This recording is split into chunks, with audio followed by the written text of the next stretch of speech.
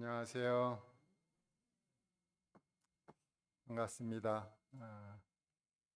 하나님께서 은혜를 베풀어 주셔서 이렇게 건강하게 또 성도님들 만날 수 있게 해주셔서 감사가 됩니다. 또 찬영 형제 또 신혼여행 잘 다녀올 수 있게 해주신 것도 감사가 되고요. 기도 열심히 했습니다. 건강하게 돌아오게 해달라고. 지난주에는 온양 온천교회에서 복음 집회가 있다고 그 전에 메모를 해놔서 이제 그 기간이 이제 가까워졌어요. 그래서 우리 장모님 어떻게 할까? 우리 강자매 슬픔에 겨워서 늘 기도하는데 야 이거 가야 되나 말아야 되나 이런 흔들림이 좀 있더라고요. 그전 같았으면 그냥 갔는데 요번에는 좀 흔들렸어요. 그 전에 이제 집회가 있을 때 모시고 갔는데 그리고 나서 교회에 부탁을 해서 교회에서 장모님 댁에 몇 번 방문을 했는데 이게 길게 이어지질 않더라고요. 그래서 요번에 가서 또 이렇게 길게 이어지지 않으면 한 번 가서 이게 되겠는가, 간다고 해서 무슨 효과가 있을까, 이런 생각이 들어오니까 자꾸 주저하게 되는 거예요. 그래서 이제 고민하고 있었는데 그래도 주님이 원하실 거야 하고 이제 가게 됐어요. 가서 이제 금요일 날 이제 자매하고 장모님 모시러 갔는데 딱 이제 장모님 모시고 가다가 이제 이모님이 또 생각나요. 가시는 길에 또 이모님이 계세요. 이모님 두 분이 있는데 또 이모님한테 전화하니까 또 이모님 집에 계시다고 그러더라고요. 또 이모부님도 있대요. 그래서 이모부님 이제 모시고 이제 장모님, 이모님, 이모부님 모시고 이제 가는 거예요. 이제 교회에서 저녁 식사를 하면 좋은데 혹시나 불편해하면 어떻게 할까 해서 제가 온양 시내에서 제일 맛있게 하는 불고기집을 갔어요. 근데 불고기를 시켜야 되는데 다른 거를 또 시켰어요. 다른 걸 시키니까 이 맛이 없더라고요.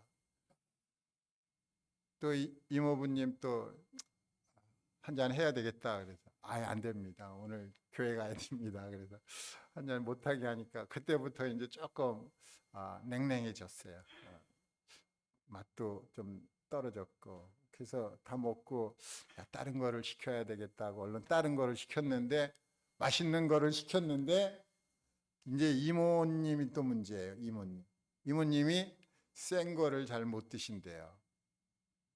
살짝 익혀 드셔야 되는데 그걸 못 드신다는 거예요. 삼겹살만 드셔서 그런 건지 그래갖고 어떻게 하나 했는데 또 집회도 7시 반인 줄 알았는데 문자가 왔어요. 7시에 시작한다고. 불이 나게 이제 해고 이제 갔죠. 갔는데 의외로 잘 들으시더라고요. 잘 들으시고 이제 복음도 아주 시원시원하게 잘 전하시는 또 부산 남부 형님이 이제 또 전해 주셔 갖고 잘 들었어요. 잘 들어갖고 이제 왔는데 은근히 걱정이 되더라고요. 그 다음 날 어떻게 모시고 가나. 근데 이제 그 다음 날을 모시고 갈 수가 없어요. 이제 토요일이라 토요일 저녁에는 저도 일이 있거든요. 그래서 어떻게 하나 했는데 토요일 날 오전에 전화가 왔어요. 형님들이 가신다고. 여기 또 김형님도 가시고 평택의 형님도 가시고 또 온양온천의 그 형님도 가시고 이게 얼마나 기뻐요. 가갖고 그냥 이만한 테레비에 갖고 가서 거기다 대고 화면 보여주면서 예수님이 십자가에서 피 흘리고 이런 거 보여주면서 다 이루었다 뭐 이런 뭐 여러 가지 말씀해 주셨는데 그 지난 날에 들었던 것이 다시 딱 떠올랐나 보더라고요. 그래서 믿음의 확신을 가졌다고 하니까 너무 감사가 되더라고요. 그래서 제 생각은 쓸데없더라고요. 보니까 주님이 다 하시고 있는데 예? 괜히 제가 쓸데없는 생각해갖고 저만 흔들렸지 뭐예요. 그냥 밀고 나갔으면 됐는데. 그래서 지난주에는 하나님이 은혜를 베풀어 주셔갖고 이렇게 참 장모님이 더 믿음의 일보를 걸었다는 것 감사가 되어집니다. 이번 주 금요일이 되면은 장모님 생신이에요. 또 열심히 내려가야죠. 근데 이번에는 이제 뭐 처형, 처제의 뭐 아들 또 이모님들 이제 모이는 사람이 많아요. 주님이 기회를 주시면 한마디만이라도 외쳤으면 좋겠다 하는 마음이 있습니다. 금요일 날입니다. 금요일 날. 기억나시면 혹시 기도해 주시면 감사하겠습니다. 우리 마가복음 2장을 보겠습니다.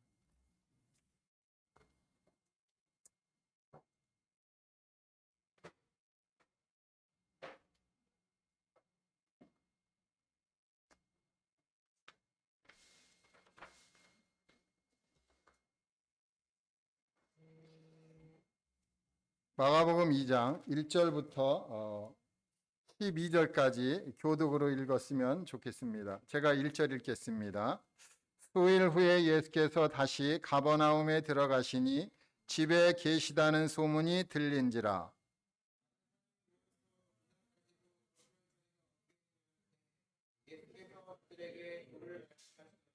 사람들이 한 중풍병자를 네 사람에게 메워 가지고 예수께로 올세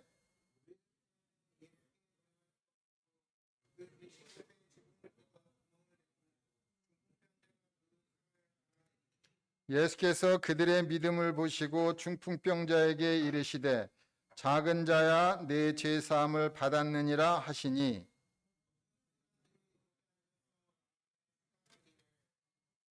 이 사람이 어찌 이렇게 말하는가 신성모독이로다. 오직 하나님 한 분 외에는 누가 능히 죄를 사하겠느냐.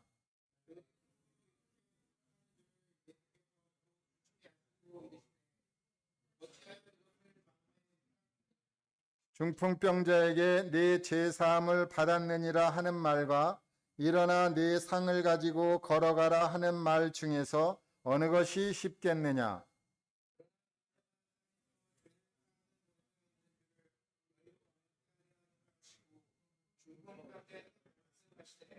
내가 네게 이르노니 일어나 네 상을 가지고 집으로 가라 하시니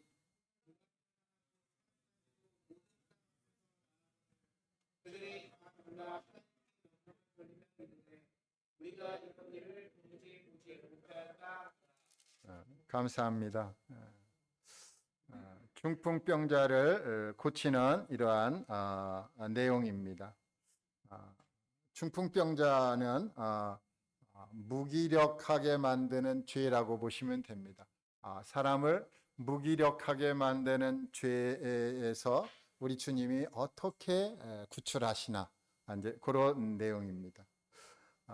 여기 이제 수일 후에 예수께서 다시 가버나움에 들어가시니 그러셨습니다. 가버나움에 들어갔었는데 다시 들어갔다라는 것입니다. 이 마가복음에는 가버나움에 들어가는 장면이 세 군데가 나오는데 여기 이제 1장에 첫 번째로 나옵니다. 1장에 처음 들어갈 땐 회당에 들어가십니다. 회당에 들어가서 이제 그 안식일에 사람들을 이제 가르치시는데 거기에 이제 더러운 귀신 들린 사람이 있었다는 것이죠.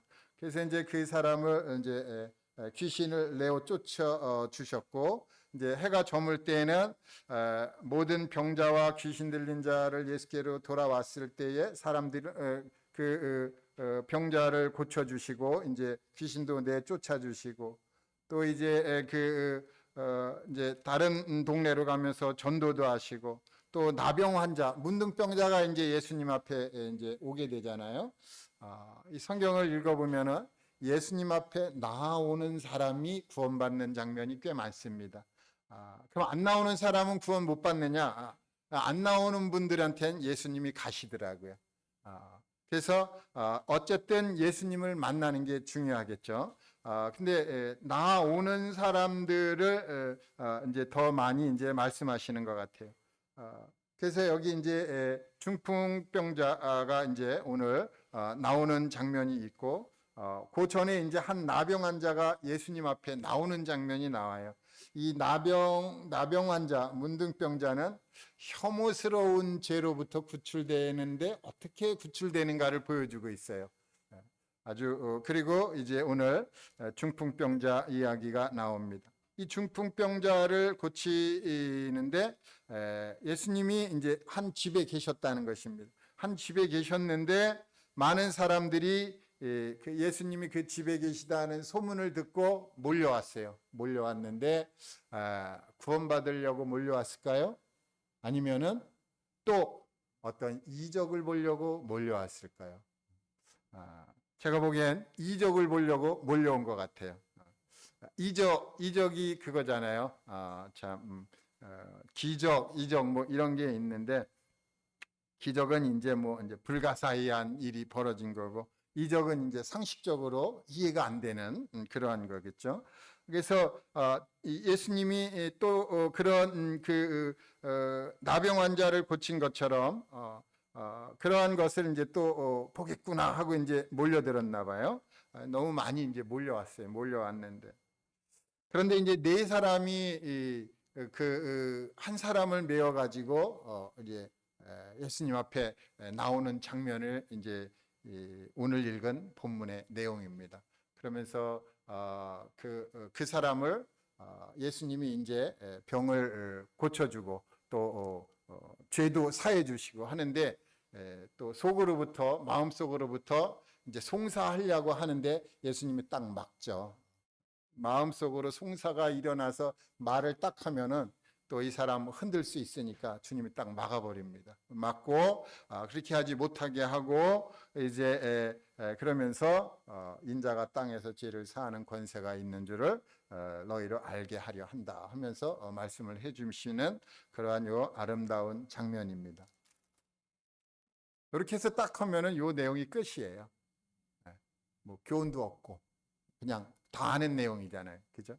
근데 이제 요 내용들을 우리가 이제 잘 보시고 생각해 볼 필요가 있는 부분이 있어요. 여기 보면은 어디에 나오냐면은 3절에 나옵니다. 3절에 사람들이 한 중풍병자를 네 사람에게 메워 가지고 예수께로 올세. 이게 아주 중요한 것입니다.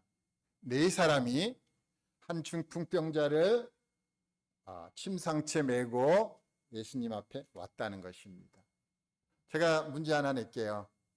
이 네 사람의 이름이 뭘까요? 네 사람에 대해서 주목해 본 적 없나요? 이 네 사람의 이름을 제가 붙여봤어요.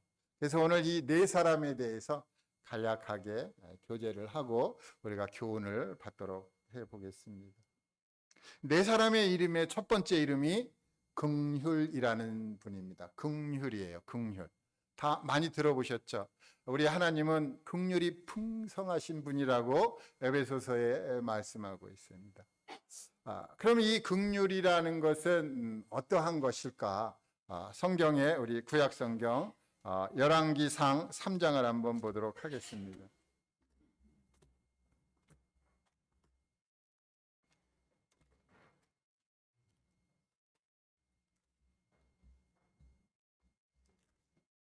열왕기상 16절부터 제가 조금 읽고 교제하도록 하겠습니다. 그때 창기 두 여자가 왕에게 와서 그 앞에 서며 한 여자는 말하되 내 주여 나와 이 여자가 한 집에서 사는데 내가 그와 함께 집에 있으며 해산하였더니 내가 해산한 지 사흘 만에 이 여자도 해산하고 우리가 함께 있었고 우리 둘 외에는 집에 다른 사람이 없었나이다. 그런데 밤에 저 여자가 그의 아들 위에 누움으로 그의 아들이 죽으니 그가 밤중에 일어나서 이 여종 내가 잠든 사이에 내 아들을 내 곁에서 가져다가 자기의 품에 누이고 자기의 죽은 아들을 내 품에 뉘었나이다. 아침에 내가 내 아들을 젖먹이려고 일어나 본즉 죽었기로 내가 아침에 자세히 보니 내가 낳은 아들이 아니더이다 하매 다른 여자가 이르되 아니라 산 것은 내 아들이요 죽은 것은 내 아들이라 하고 이 여자는 이르되 아니라 죽은 것이 내 아들이요 산 것이 내 아들이라 하며 왕 앞에서 그와 같이 쟁론하는지라. 왕이 이르되 이 여자는 말하기를 산 것은 내 아들이요 죽은 것은 내 아들이라 하고 저 여자는 말하기를 아니라 죽은 것이 내 아들이요 산 것이 내 아들이라 하는도다 하고 또 이르되 칼을 내게로 가져오라 하니 칼을 왕 앞으로 가져온지라. 왕이 이르되 사나이를 둘로 나누어 반은 이 여자에게 주고 반은 저 여자에게 주라. 그 산 아들의 어머니 되는 여자가 그 아들을 위하여 마음이 불붙는 것 같아서 왕께 아리어 청하건대 내 주여 산 아이를 그에게 주시고 아무쪼록 죽이지 마옵소서 하되 다른 여자는 말하기를 내 것도 되게 말고 내 것도 되게 말고 나누게 하라 하는지라. 왕이 대답하여 이르되 사나이를 저 여자에게 주고 결코 죽이지 말라. 저가 그의 어머니니라 하매 온 이스라엘이 왕이 심리하여 판결함을 듣고 왕을 두려워하였으니 이는 하나님의 지혜가 그의 속에 있어 판결함을 봄이더라. 이 솔로몬의 재판 내용이잖아요. 우리가 판사님이 판결한 내용 읽어보는 건 참 좋은 거잖아요.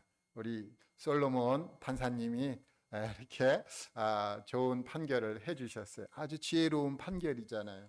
이 솔로몬의 지혜를 들으라고 세계 각처에서 몰려들었는데 이 창기 두 여자 중 이 두 여자는 그냥 이제 잘 듣게 되었어요. 근데 판결이 너무 참 아주 기이한 판결이잖아요. 어떻게 이런 지혜로운 판결을 끄집어낼 수 있었을까 생각을 합니다.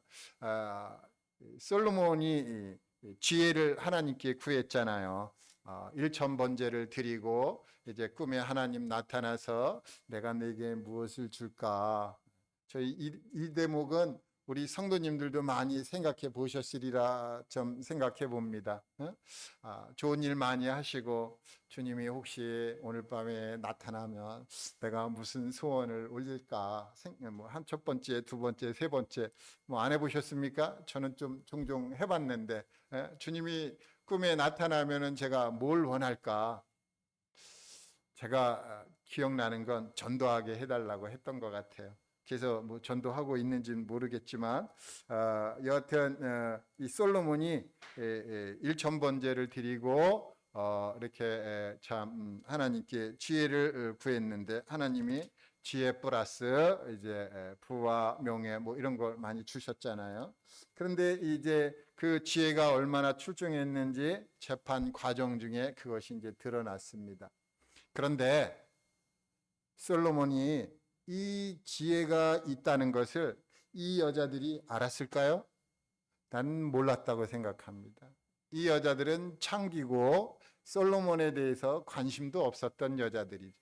근데 이 여자들이 솔로몬의 그 지혜를 끄집어냅니다. 어떻게 끄집어냈어요? 이 아이의 진짜 어머니, 이 아이의 진짜 어머니의 불같은 그 마음, 자기 자식이 죽을까봐 어떻게 해서든지 살리려고 했던 이 어머니의 마음이 솔로몬의 지혜를 끄집어냈다라는 것입니다.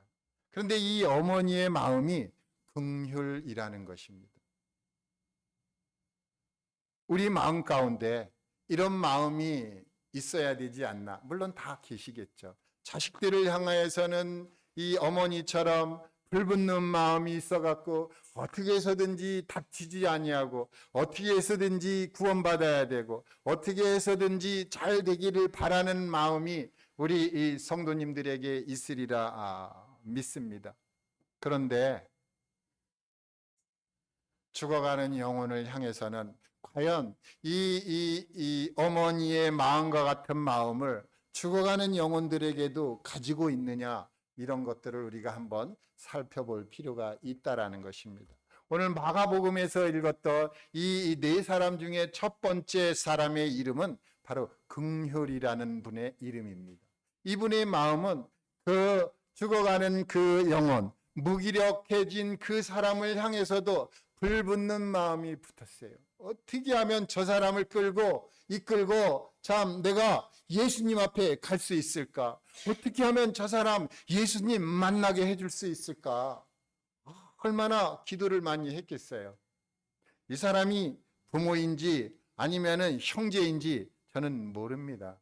그렇지만 이 사람은 틀림없이 긍휼이라는 이름을 가지고 있었을 것이라는 것입니다. 하나님의 마음이죠. 하나님의 마음을 가지고 있었던 것, 하나님의 성품을 가지고 있었던 것이 그 사람이 선두에 나선 것입니다. 그래서 솔로몬의 그 지혜를 끄집어내듯이 이 긍휼의 이 마음을 가진 이 사람이 예수 그리스도의 그 능력을 끄집어낸 것입니다. 한 사람만이라도 있으면 좋은데 네 사람이 뭉쳤다라는 것입니다. 얼마나 대단합니까?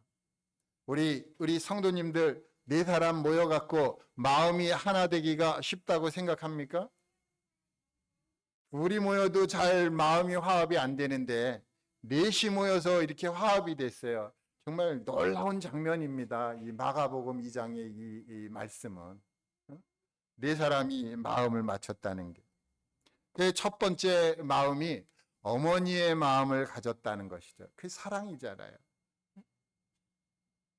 그렇게 해서 이제 이 사람이 이제 선두에 섰는데 두 번째 사람의 이름이 뭐냐 이거예요. 그럼 두 번째 사람 이름 다 아시지만 말씀 안 해주시리라 보고 제가 말해 보겠습니다. 두 번째 사람의 이름은 연합이라는 사람입니다. 이 사람은 연합에 대해서 뭔가 알고 있는 사람이에요. 그래서 이 연합을 우리가 알려면은 시편을 보면은 참 좋습니다. 시편 133편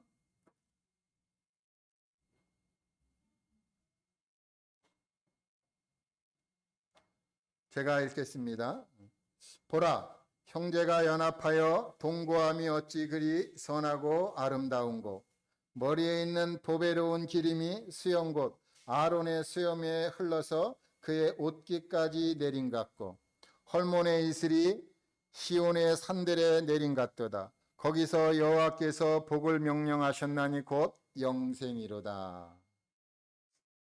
이 두 번째 사람의 이름이 연합인데 이 연합에 대해서는 하나님이 너무 칭찬을 많이 하셔요. 어떤 칭찬을 해요? 연합을 하게 되면은 그건 선하고 아름다운 거야. 이 연합을 하게 되면은 위에 계신 하나님께서 그 연합의 향기를 맡으시고 마음이 너무 풍요로워진 거예요. 하나님의 마음을 이 풍요롭게 해드릴 수가 있어요. 어떻게 해요? 연합하면은. 그래서 연합해야 되잖아요. 근데 이 두 번째 사람이 긍휼의 그 마음을 가지고 있는 사람이 저기 참 죄로 인해서 무기력해져 간 저 사람 어떻게 하면 좋으냐, 참 우리가 도와줘야 되지 않느냐. 그러니까 연합이라는 이 사람이 그래 내가 할게 그러는 거예요. 내가 같이 할게. 나도 좀 끼워줘. 그래갖고 이제 끼워주잖아요. 근데 여기 시편 133편에 보니까 형제가 연합하여 동거하게 되면은 선하고 아름다운데 그것으로 끝나는 게 아니라 그 혜택이 주어진다는 거예요. 우리가 그냥 교회에 모여서 참 즐겁게 교제하고 또 찬송하고 예배하고 또 이렇게 섬기고 이러면은요 혜택을 받는 분들이 엄청나게 많아진다는 거예요. 그렇게 하면은. 이제 첫 번째는 이제 영적인 혜택을 받는데 그 이제 그 보배로운 기름이 그 수염고 아론의 수염에 흘러서 그의 옷깃까지 내린 같이 그래서 머리에서 이제 몸으로 이게 이어지잖아요. 기름은 성경에서 나오는 기름은 뭘 상징하죠? 성령님을 상징하잖아요. 그래서 이게 영적인 축복을 이제 머리에서 이제 몸통까지 흘러내려 갖고 이제 하나가 되고 이제 축복을 받는 거잖아요. 영의 축복을 우리가 영적인 축복을 마음껏 누릴 수 있는 게 바로 이 연합에 있다라는 것입니다. 근데 이 연합이 그 영적인 축복만 있는 게 아니라 삶에서도 축복이 있다라는 것입니다. 여기 이제 3절에 보면은 헐몬의 이슬이 저 높은 곳에 인서 내려지는 그 이슬이 이 시온의 산들 아주 낮은 곳까지 이제 내려오는 거예요. 이슬이 내리는 곳에 이제 참 풍요로움이 있잖아요. 그 낮은 곳에는 빈부의 격차가 없습니다. 남녀노소가 없어요. 누구든지 참 그 축복을 받을 수 있는 그러한 것이 이제 형제의 연합에서 시작된다라는 것입니다. 우리의 연합이 아무것도 아닌 것 같은데 정말 엄청난 축복을 불러온다라는 것입니다. 그러니까 어떻게 해야 돼요? 연합을 잘 해야죠. 연합을 하려면 어떻게 해야 돼요? 자기를 부인하고, 첫 번째가 자기를 부인해야 되잖아요. 자기를 부인하고 나보다 남을 더 낮게 여기고 형제님이 맞습니다. 자매님이 맞습니다. 이래야 되는데 자꾸 이게 이 육이 있어갖고 나를 내세우고 주장하고 하다 보니까 연합을 하다가도 삐끄덕하고 연합하다가도 삐끄덕하는 게 종종 있잖아요. 그 연합이 잘 안 돼요. 선입견 때문에도 또 연합이 잘 안 돼요. 예? 연합을 방해하는 게 많은데 이 연합을 하게 된다면 많은 분들이 영적인 축복 또 삶에서의 축복 이걸 누린다는 것입니다. 그래서 하나님도 원하는 게 그거잖아요. 그래서 요한일서 1장 3절에 보면 그러잖아요. 요한일서 1장 3절을 제가 또 보겠습니다. 우리가 보고 들은 바를 너희에게도 전함은 너희로 우리와 사귐이 있게 하려 함이니 우리의 사귐은 아버지와 그의 아들 예수 그리스도와 더불어 누림이라. 우리가 어떤 존재입니까? 우리가 대단한 존재입니까? 아니면은 이 세상에서 정말 이름도 없는 존재고 정말 버림을 당해도 아무 할 말이 없는 존재인데 예수 그리스도께서 그런 우리를 부르시고 택하시고 함께 교제하자고 하는데 얼마나 감사해요. 그런 우리 이 참 비천한 자를 하나님이 우리를 불러주셔갖고 아버지 하나님과 그 아들 예수 그리스도와 함께 우리 사귀게 해주셨는데 얼마나 감사해요. 그래서 우리 자주 얘기하는 거 있잖아요. 약 중에 좋은 약은 뭐예요? 약 중에 좋은 약? 구약이죠. 그 다음 좋은 약? 신약이죠. 그거보다 더 좋은 약? 감사죠. 감사. 감사합니다. 그래서 이렇게 예수 그리스도로 인해서 우리가 감사가 넘치고 아버지 하나님을 향해서 늘 감사하잖아요. 예수 그리스도는 찬양하고 우리 아버지께 감사하고 그러면서 이제 참 연합해서 교제하고 얼마나 좋아요. 그렇게 됐더니 그 영적인 축복이요 또 뒤로는 이제 그 많은 사람들이 그 삶에서 풍요를 누리게 되는 그러한 복을 받게 된다는 것이죠. 그렇게 이제 긍휼과 연합이 이제 침상을 들었습니다. 그랬더니 뒤에 두 개가 또 비었잖아요. 세 번째 이름이 그럼 뭡니까? 이거는 제가 만들어낸 거예요. 성도님들 나중에 네 사람 한번 만들어 보시면 좋을 것 같아요. 네 번째 이름은 인내입니다. 인내. 인내라고 들어보셨죠? 성경에 인내는 참 많이 나와요. 인내의 정의를 우리가 내린다면은 뭐 참고 기다린다 뭐 이런 의미가 있잖아요. 참고 기다리잖아요. 참고 기다리는데 왜 참고 기다리냐 이거예요. 무엇 때문에 참고 기다리느냐. 그런 게 있는데 또 다른 측면에서는 다른 뜻이 있어요. 계속하다. 계속하는 거예요. 하던 일 멈추지 않고 계속하다는 거예요. 그래서 이제 빌립보서에 보면은 이런 말씀이 있어요. 3장 16절에 오직 우리가 어디까지 이르렀든지 그대로 행할 것이라. 계속 그 하던 일 멈추지 않고 계속 하는 겁니다. 인내하는 것이죠. 그런 의미가 있는데 성경을 좀 몇 군데 찾아보겠습니다. 인내에 대해서는 계시록 14장을 보겠습니다.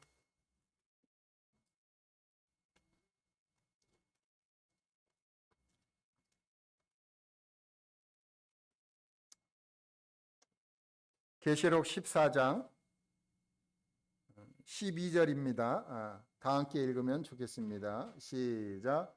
성도들의 인내가 여기 있나니 그들은 하나님의 계명과 예수에 대한 믿음을 지키는 자니라.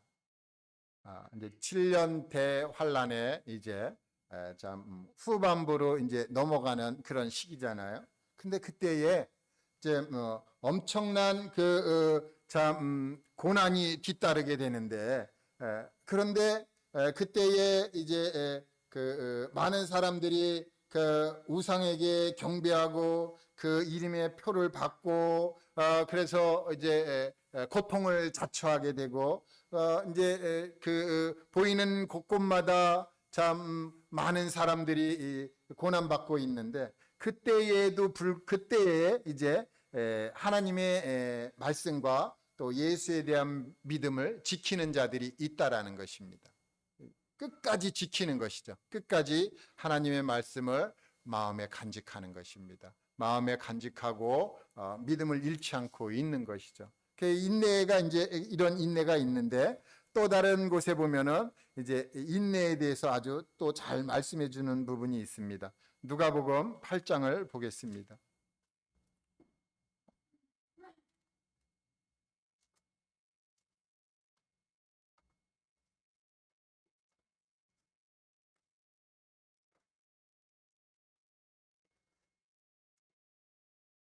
누가복음 8장 9절부터 또 제가 빨리 읽어보겠습니다. 성도님들 다 아시는 내용이니까 빨리 읽겠습니다.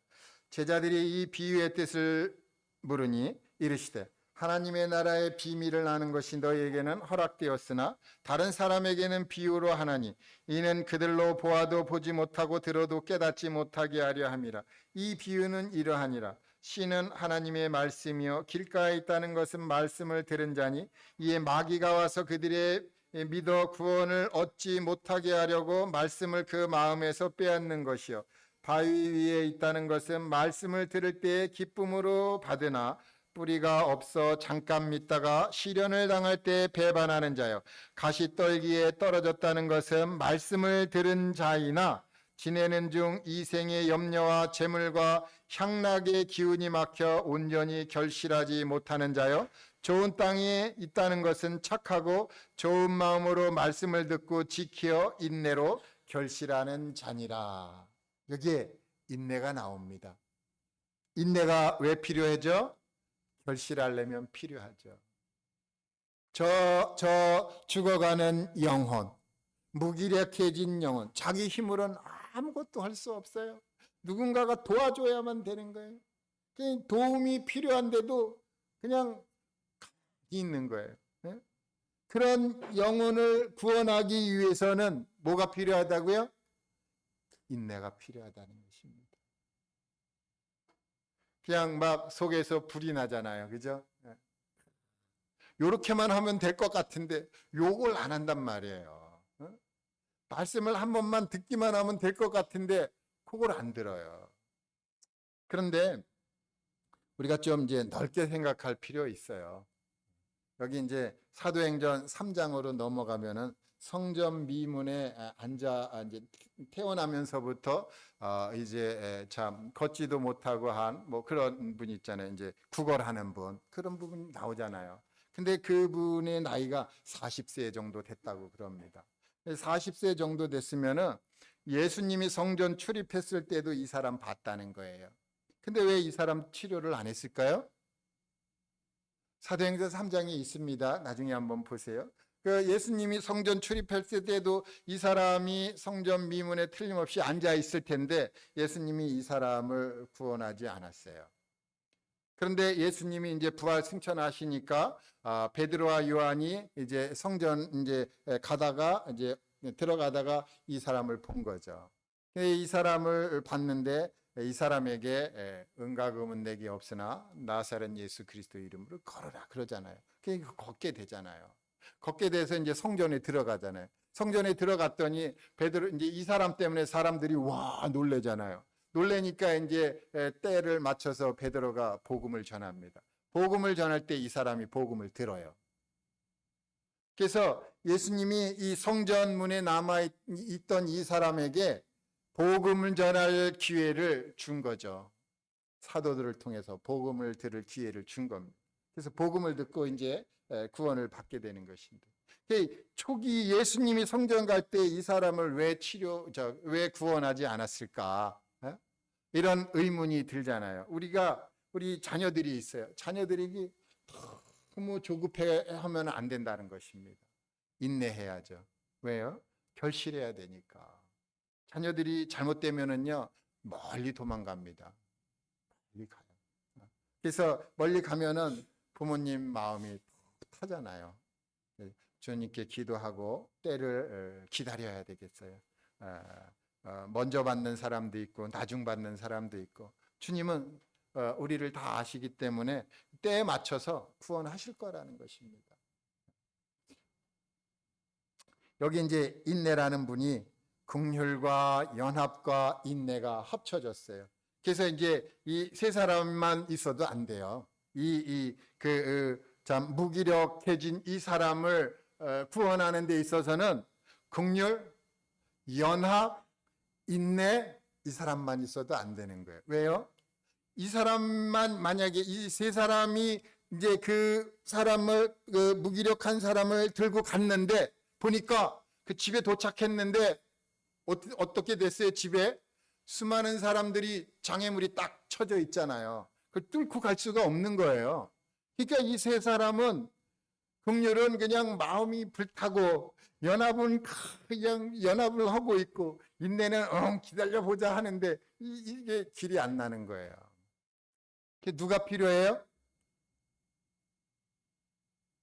창의라는 사람이 필요합니다. 창의. 길을 만드는 사람. 이사야서 40장 3절에 그 외치는 자여 나오지 않습니까? 제가 이사야서 40장 3절 한번 찾아서 읽어드리겠습니다.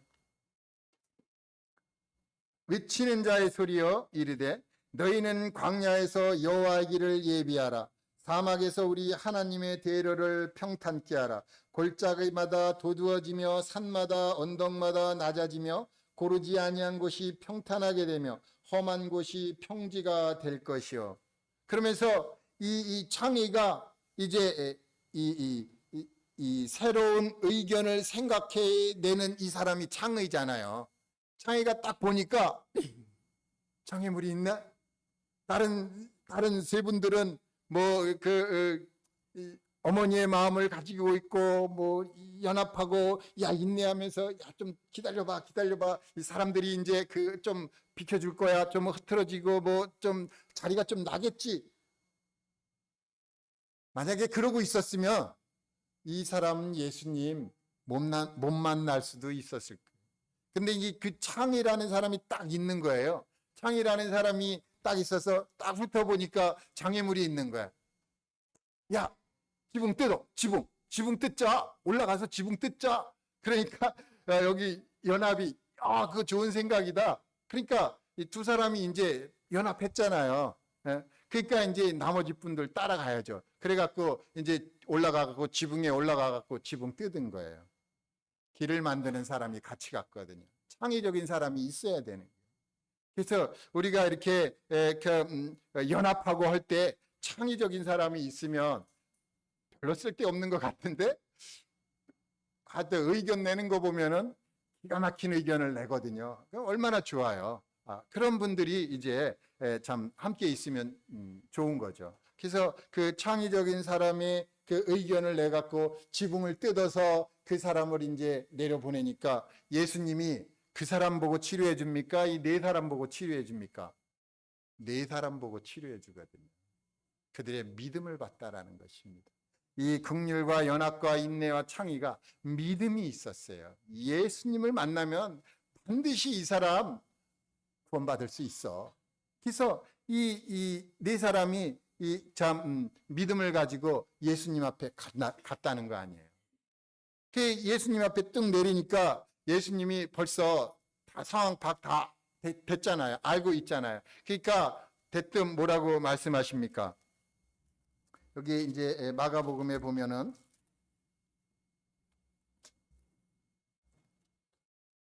우리 주님이 작은 자야 내 죄 사함을 받았느니라 그러잖아요. 그러니까 이 긍휼과 연합과 인내와 창의는 알았던 거죠. 주님이 뭐부터 해주실지 다 알았던 거예요. 딱 가니까 주님이 역시나 죄 사함 딱 해주잖아요. 우리 안 그렇습니까? 우리 병자들 가면은 병부터 치료해 달라고 그럽니까? 아마 여기 계신 웬만한 성도님들 다 죄부터 사해 주시고 구원부터 해달라고 그러지 않겠어요? 그것이 우리들의 마음 아니에요. 여기 계신 분들이 다 긍휼이고 연합이고 인내고 창의고 그런 이름을 가지고 있잖아요. 내 속에도 네 사람의 이름이 있어요. 제 속에도. 이상민까지 하면 5사람이네요. 우리 마음속에 이런 마음이 있는데 주님이 우리의 마음을 보고 먼저 구원해 주시지 않겠느냐 이거죠. 그래서 이제 작은 자가 이제 죄 사함을 이제 받게 되는데 이제 그 장애물 되는 사람들 중에 이제 마음이 들끓는 거죠. 응? 이 사람이 어찌 이렇게 말하는가? 신성모독이로다. 오직 하나님 한 분이 누가 능히 죄를 사하겠느냐? 그들이 속으로 이렇게 생각했다는 게 속으로. 속 생각을 했는데 예수님이 그거 알고 딱 막아버리잖아요. 야, 그거 말하면 안 돼. 해갖고 이제 그들이 그 중심을 아시고 어찌하여서 이것을 마음에 생각하느냐 하면서 그들을 이제 터치를 해줍니다. 터치를 딱 해주면서 아주 기가 막힌 말씀.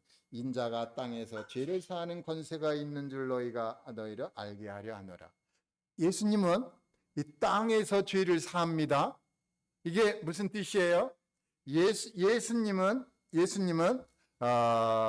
이제 하나님이시잖아요. 하나님이신데 하나님의 아들이에요. 아들이고 하나님 아버지가 계시고 아버지께서 아들에게 심판하는 권세를 주셨어요. 그래갖고 이 아들이 이제 훗날 백보자 심판에서 죄에 대한 심판을 하는데 그 백보자 심판에 딱 앉는 순간에는 죄를 용서하지 않아요. 이 세상에 있는 재판장들도 재판석에 딱 앉게 되면은요, 죄가 있으면은 죄를 다루시는 것이지 죄가 있는데도 하고 무죄로 방면하지는 않는다는 것입니다. 죄를 사해 주려면 이 재판장이라 할지라도 자기 아들이 왔으면은요, 죄가 있으면은요 벌을 내려야 돼요. 그것이 재판장이 하는 일이에요.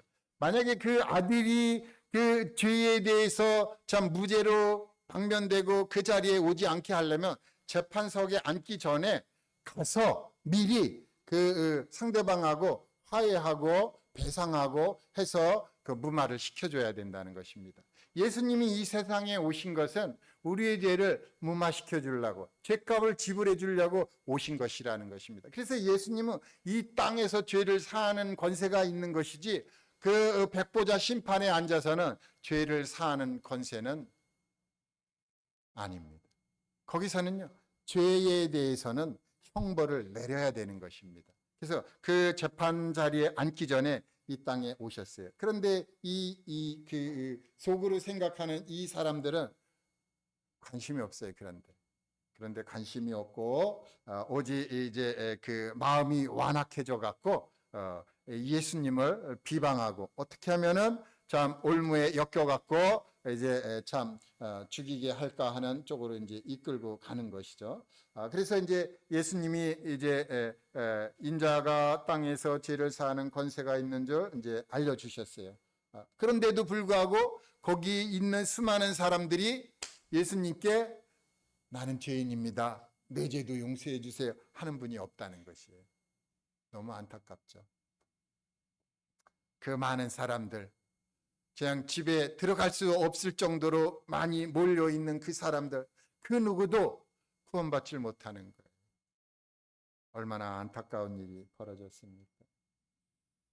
그러면서 이제 그 중풍병자에게 이렇게 말씀하십니다. 11절에 내가 네게 이르노니 일어나 네 상을 가지고 집으로 가라. 이게 뭐죠? 구원받은 증거잖아요. 죄사함 받고 죄사함 받으니까 병까지 다 나아버렸네요. 병까지 다 나았고, 그러니까 네가 누워있던 그 침상 들고 가라는 것입니다. 이게 죄 용서받은 증거라는 것입니다. 그래갖고 이제 우리도 구원받은 증거가 있잖아요. 우리도 구원받은 증거 있죠. 첫 번째는 뭡니까? 구원받은 증거? 기쁨이 있잖아요. 죄 용서받은 기쁨, 구원의 확신, 기쁨, 이런 게 우리 마음에 넘쳐납니다. 그래갖고 우리가 전도하잖아요. 기쁨이 있으니까 전도하잖아요. 섬기고. 그리고 이제 또 구원받은 증거로 우리가 뭘 꼽을 수 있어요? 형제 사랑하잖아요. 형제 사랑 안 합니까? 형제 다 사랑하잖아요. 누가 아프다 그러면은 내 몸이 아픈 것처럼 기도하고, 또 물질로 돕고, 또 나그네가 오면은 또 대접하고, 이런 게 다 형제 사랑이잖아요. 우리에게 이런 구원받은 증거가 무수히 많은데 제가 두 가지만 말씀드렸습니다. 오늘 우리 주님께서 이렇게 무기력하게 만드는 죄에 걸린 이 사람을 구출하는데 네 사람이 필요해서 이 네 사람이 연합해서 죄 사함 받고 또 참 병이 낫고 하는 장면을 보게 됐습니다. 그런데 이것이 오늘날 우리에게 어떠한 그러한 교훈을 주느냐 이거죠. 저는 이 말씀을 보면서 로마서 8장에 있는 말씀이 생각나더라고요.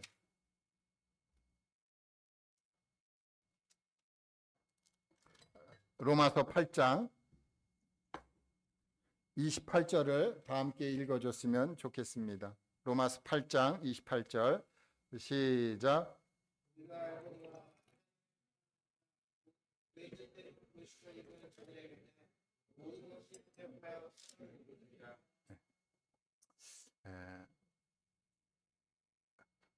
하나님이 우리를 사랑해 주셔갖고 우리가 하나님을 사랑하게 됐습니다. 하나님이 먼저 사랑했죠.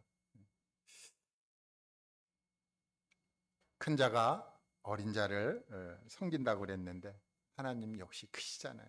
우리 같이 정말 이름도 없고 참 바람 불면 쓰러지는 그런 인생인데 하나님이 우리를 사랑해 주셔서 우리로 하여금 하나님 사랑하게 만들어 주셨어요. 하나님을 사랑하는 자는 어떤 사람인가 봤더니 그의 뜻대로 부르심을 입은 자라. 하나님의 뜻대로 우리가 부르심을 입었어요. 우리의 있는 모습 그대로 불러주셨어요. 그리고 이제 모든 것이 합력하게 해주십니다. 우리가 주님 안에서 구원받고 또 참 말씀 가운데 성장하고 또 참 교제 가운데 이제 참 주님의 일을 해 나가고 있는데 그런 모든 것들이 선을 이룬다는 것이다 라고 주님이 말씀해 주셨습니다. 우리가 이렇게 계속해서 합력해서 교제하고 또 연합해서 또 주님의 일을 하고 하면서 여러 가지 많은 부분, 서로 부딪히는 부분이 많을 것입니다. 그 부딪히는 부분이 있어야 우리가 또 성장하게 되는 것이겠죠. 그래갖고 점점 우리가 하나님의 아들의 형상을 본받게 되겠죠. 우리가 이제 점점 이제 성장하게 되면은 성장하는 그 단계마다 우리를 흔드는 것이 나타날 것이고 그때마다 그것을 잘 이겨 나가야 되겠습니다. 그래서 주님이 원하는 대로 우리가 성장을 잘 하게 된다면 우리를 보고 이제 주변에 있는 많은 분들이 영향력을 입어서 이제 예수 그리스도 앞으로 나오지 않을까 생각해 보게 됩니다. 계속해서 참 교회를 통해서 또 우리 주님 역사하시고 또 성도님들 통해서 이제 주님의 남은 복음의 사역에 우리를 써 주시는데 정말 감사함으로 이 일에 동참하면 얼마나 좋을까 생각해 보게 됐습니다. 감사합니다.